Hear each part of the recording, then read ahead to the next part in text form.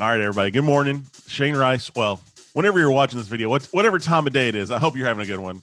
I'm Shane Rice. This is the Inbound Marketing Recap Call, and we're kicking this off with metrics today. So give me 1 second. Let me pull up the agenda, and we will go through those numbers. All right. So we are 86.81% of the way through the quarter. We are 96% of the way through this fiscal year, almost done with 2021 at GitLab, right? Yeah, it's fiscal year 22 next year. Our goal, one of our big goals is increase website traffic 20% year over year. And you can see here, just looking at a very simple Google Analytics report, where we're at with those numbers.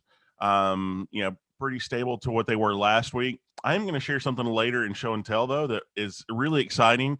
We're looking at updating this, what we're reporting here, to only include inbound sources, so organic search, people that are tagged direct or none in Google Analytics for their medium, so we don't know exactly where they're coming from.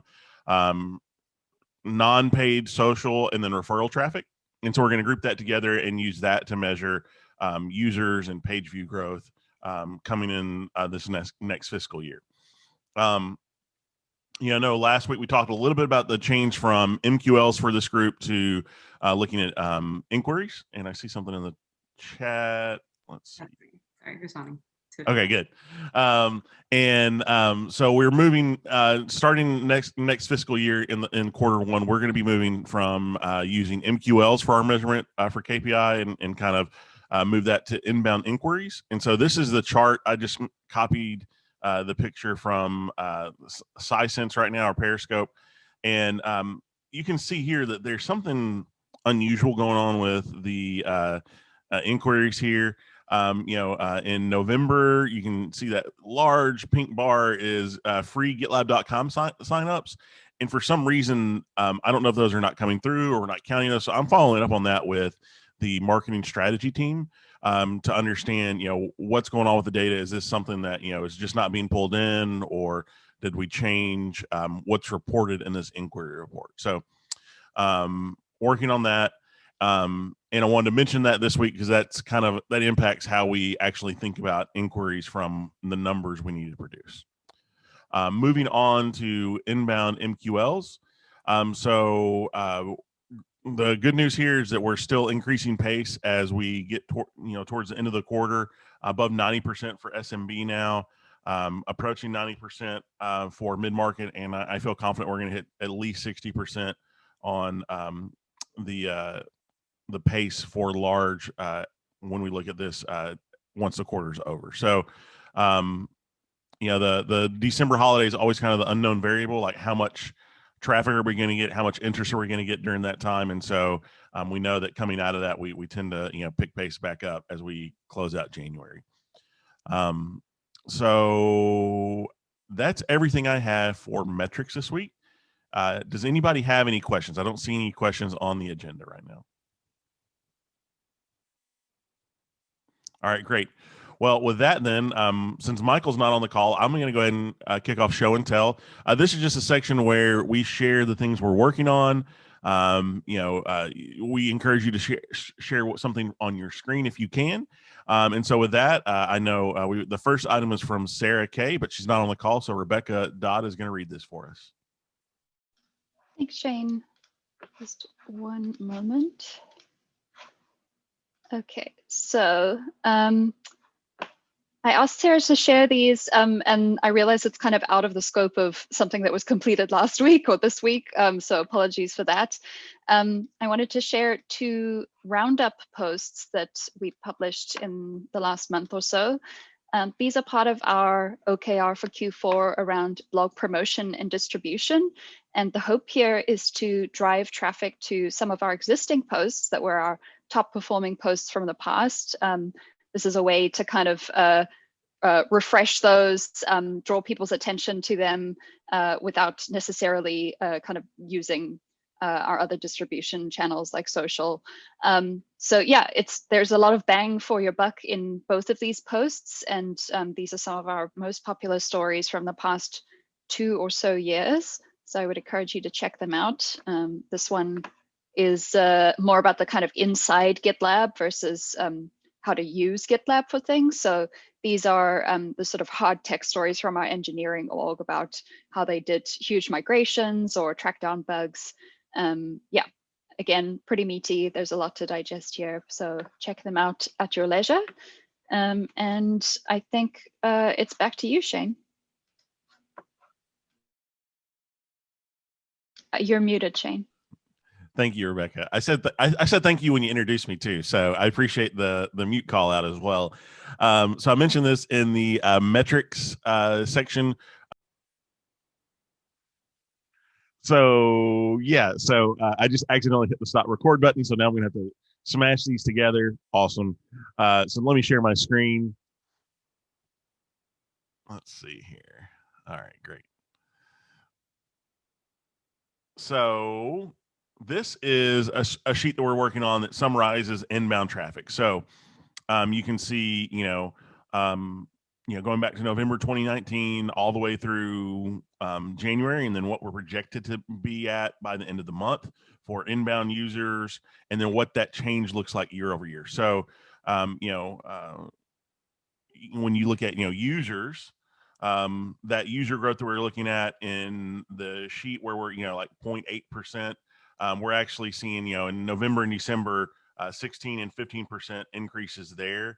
A little bit different here, but then as you scroll to the right, you move into like specific channels, so you can see, okay, so this is what we see for organic search, and so the organic search team looks at this and like is very concerned to see that we're dropping here, but the reality is that we see this huge uptick in direct, and so when I look at this, there's some correlation between this drop in organic, what we're seeing for organic search, and then what's being reported in direct traffic. Direct just means that Google Analytics says, hey, we don't know how these people ended up on your website. They could have typed the address into the address bar. They could have come from another source where the cookie didn't pass the source to us, or some reason why Google didn't pass that channel. So, but the cool thing about this is that now these all these numbers are automated. So Danielle manually entered all these numbers originally, and that's like just going into Google Analytics and like hovering over the line, getting the number and putting it in. It's really tedious. So what we did was I created this Google. So in Google Sheets, you have add-ons, which if you don't know, add-ons are really nice feature of Google Sheets that allow you to add functionality that otherwise isn't available, especially like connecting to external sources. And so you add this Google Analytics add-on, and you click create new report. And so that's where you generate something that looks like this. And then you just set the parameters here. So the start date, end date, what metrics you want to look at, the dimensions you want to use, and then you can filter it out so that you only see specific items. So in this instance, we're only looking at organic numbers in this report, only looking at direct in this report, only looking at referral. And then you can run this, or you can also schedule a report. So you can say, okay, I want to run this, you have to enable it first, and then every day at 4 a.m. Right. So now that I've turned on this automatic update for this report, every day will come in, and this projected number and this actual number for January will continue to update. And then I also set up a formula so that now we're projecting this in real time. So every time this number gets updated, this number gets updated as well. And so I'm really excited about what this gives us the opportunity to look at as we move into quarter one. We're using this to kind of try to backfill our inquiry target. So to say, okay, so we know this is our conversion rate to inquiries. We have this many visitors, and we want to reach this number of inquiries for this time period. So this is kind of a first motion towards creating a model for projecting how many inquiries we need to generate. So I'm going to stop sharing now. And let's see, next on the share agenda, we have Suri, but she's not on the call. So Bree's going to read for Suri. Yeah. Let me see. Oh, okay. So Suri's written 5 cluster pages this quarter, and we'll have 3 more published by the end of the quarter. She's very grateful for Niall's help in identifying the target keywords and offering suggestions on how to improve the SEO on the pages. He's been super generous with his insight and advice, and we're constantly actually meeting with him and asking him questions about SEO and keywords. So she's listed the 5 cluster pages that she's written and published, and I will let everybody click on them so we just drive that traffic right up. Please feel free to share. Val has the next one, and I'll read that too. She is right now working on the DevSecOps survey, and it's going to be launched in early February, so be on the lookout for that. The results of that survey will be published in May. And Rebecca, I think it's back to you. Thank you.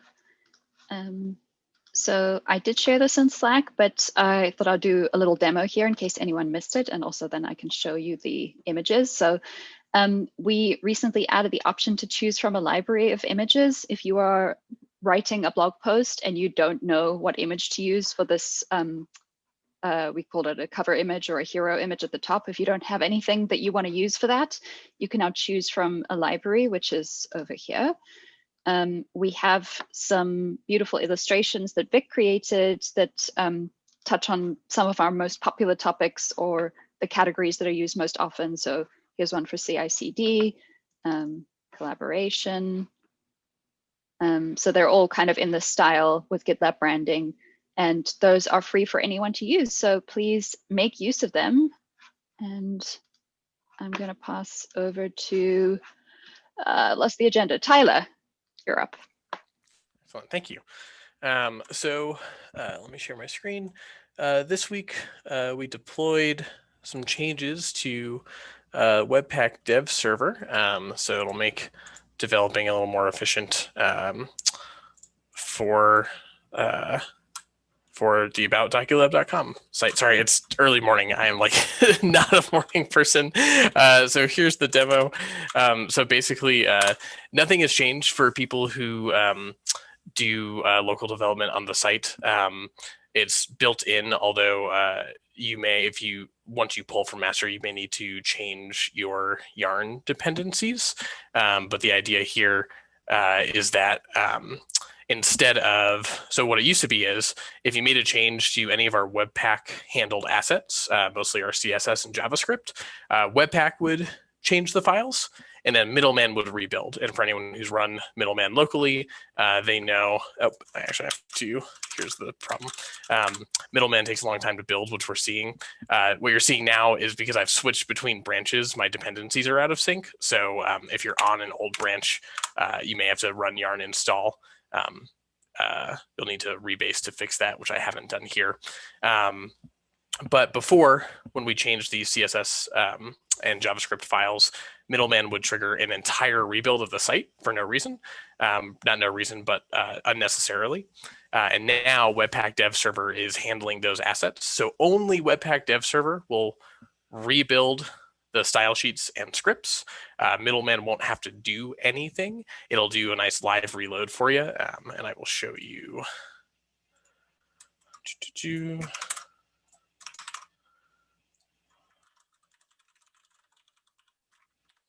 6, 7. So nothing's changed on the ports here. It'll take a moment still to spin up. Other things to keep in mind. So Middleman still will rebuild if you change content. So this is not fixed like the long build times if you're editing actual content or template files, but this will be really good for developers who are working on styles and scripts. And our next steps on this are going to be fixing up a couple of these regressions, a couple bugs coming out, and bundling things more tightly. Middleman should be ready shortly. I can see it. All right. Come on. I believe in you. Maybe I don't.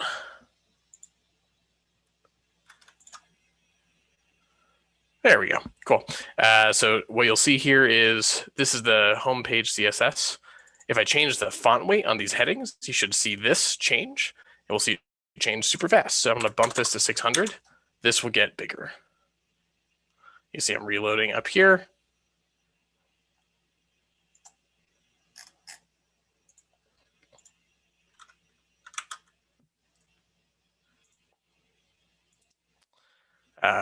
This is the curse of live demos. I will sometimes up. I think this is because I switched between my branches too haphazardly, and of course, first time screen sharing in this meeting. So it is cool. Oh, it worked as soon as I stopped sharing my screen. I promise you that. But that's 30 seconds as opposed to 5 minutes, right? And it's a little bit shorter than that when you've got the branches checked out appropriately and are not doing a live demo for the first time in front of your coworkers. And up next is Becky.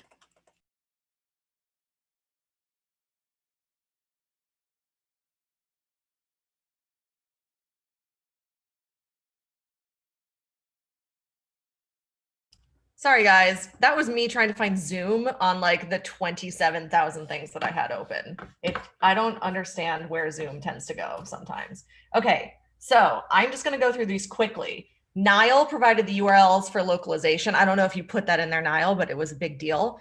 So my section is less show and tell and more informing everybody on this call of things. I'm working with Christina Hoopy on a GitLab for campuses page that they want to launch. I'm using the enterprise page as the template with them. So this is a test to see if we can use an existing page to try to streamline our request instead of starting something new. We have a list of web pages that need to be updated on the 26th. They are prioritized and there's DRIs on them. So I need to finish up, make sure that's complete for everybody. Brandon is going to be running that one. We have a rollout plan for the new brand messaging. That deck I will share later because right now it looks like my bedroom in high school. And finally, the partner and alliances web space. I have the issue brief ready for the overview page if you guys want to take a look at that. And we will have the story of GitLab and the partners completed by the end of the month. So that will start getting cleaned up and ready to go. So I am now done. I don't see anybody else on here, so I am going to go into shout outs. So this is a time to just thank anybody who has helped you, contributed, you feel gratitude for, and this is can be on this team or anybody else's team. So I will hand it over to Tina. Hi, my morning for me too. My shout out goes to Bren. We're throwing a lot of issues at you and it's probably piling up on top of your existing workload. So thanks for making time for us as we get through this CMS implementation. Next is Lauren. I wanted to thank Tina. She's been collaborating, iterating on our topic page migration process amazingly, and we're getting more efficient, but it's been really great. And then my second is for Tyler. I'm so excited about the Webpack Dev Server because, I mean, it's like banging your head on a fall wall trying to update style sheets in JavaScript, and you're like, okay, I made a change. And it's just really hard. So now, just really awesome. So I'm really excited. And I think others that work on that on the repo are going to be really excited too. Okay, that's all. All right, well, that brings us to the end of the agenda. I want to thank everyone for participating. And if you made it to the end of the this video, thank you for watching. And I'm going to stop recording now.